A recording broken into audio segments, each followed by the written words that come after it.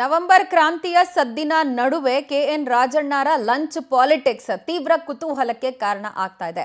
CM Siddaramaiah ಸೇರಿದಂತೆ ಆಪ್ತ ಸಚಿವರಿಗೆ ಕೆಎನ್ ರಾಜಣ್ಣ ಅವರ ನಿವಾಸದಲ್ಲಿ ಔತಣಕೂಟವನ್ನ ಏರ್ಪಡಿಸಿರೋದು. ಇವತ್ತು ಮಧ್ಯಾಹ್ನ 2 ಗಂಟೆಗೆ ರಾಜಣ್ಣ ಮನೆಯಲ್ಲಿ ಸಿಎಂ ಲಂಚ್ ಮೀಟಿಂಗ್ ನಲ್ಲಿ ಭಾಗಿಯಾಗ್ತಾರೆ.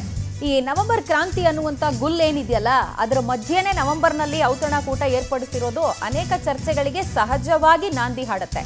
ತುಮಕೂರಿನ ಕ್ಯಾತ್ಸಂದ್ರದಲ್ಲಿರೋ ಮಾಜಿ ಸಚಿವ ರಾಜಣ್ಣ ನಿವಾಸದಲ್ಲಿ ಇವತ್ತು ಲಂಚ್ ಮೀಟಿಂಗು. ಇಲ್ಲಿಂದಾನೇ ಹೊಸ ಸಂದೇಶವನ್ನ ಹೈಕಮಾಂಡಿಗೆ ರವಾನೆ ಮಾಡೋದಕ್ಕೆ ಸಿದ್ದು ಬಣ ಪ್ಲಾನ್ ರೂಪಿಸಿಕೊಂಡಿದೆ ಅಂತ ಹೇಳಿ ಕೂಡ ವಿಶ್ಲೇಷಿಸಲಾಗ್ತಾ ಇದೆ.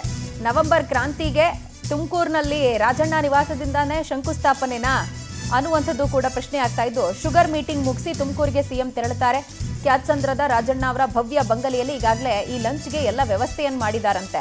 ಪೆಂಡಾಲ್ ಹಾಕೋದಾಗಿರ್ಬೋದು, ಚೇರ್ಗಳ ವ್ಯವಸ್ಥೆ ಆಗಿರ್ಬೋದು, ಇದೆಲ್ಲವನ್ನೂ ಕೂಡ ರಾಜಣ್ಣ ಅವರು ಮಾಡ್ತಿದ್ದಾರೆ.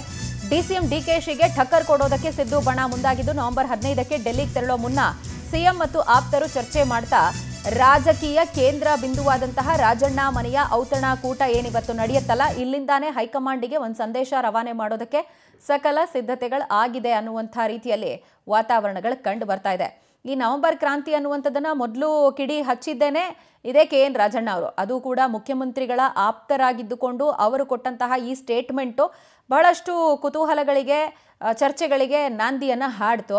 ಬಟ್ ಅವ್ರು ಕೊಟ್ಟಂಥ ಬೇರೆ ಒಂದು ಸ್ಟೇಟ್ಮೆಂಟೇ ಅವ್ರಿಗೆ ಮುಳುವಾಗಿ ಸಚಿವ ಸ್ಥಾನದಿಂದ ಅವರನ್ನು ವಜಾ ಮಾಡಲಾಯಿತು. ಆದರೂ ಕೂಡ ತಮ್ಮ ಮಾತಿಗೆ ಅವರು ಮತ್ತೆ ಹಿಂದೆ ಹೋಗುವಂಥ ವಿಚಾರ ಏನು ನಡೀಲಿಲ್ಲ. ತಮ್ಮ ಮಾತಿಗೆ ಬದ್ಧರಾಗಿದ್ದುಕೊಂಡು ನವೆಂಬರ್ ಕ್ರಾಂತಿ ಅನ್ನುವಂಥದ್ದನ್ನೇ ಪದೇ ಪದೇ ಉಚ್ಚರಿಸ್ಕೊಂಡು ಬಂದರು. ಇದೀಗ ಮುಖ್ಯಮಂತ್ರಿಗಳನ್ನೂ ಸೇರಿದಂತೆ ಅನೇಕ ನಾಯಕರು ಅವ್ರಿಗೆ ಔತಣಕೂಟವನ್ನು ಇವತ್ತು ಭಾಗಿಯಾಗ್ತಾ ಇದ್ದಾರೆ. ಕೆಎನ್ ರಾಜಣ್ಣ ಅವರು ಇದನ್ನು ಏರ್ಪಡಿಸಿರೋದು.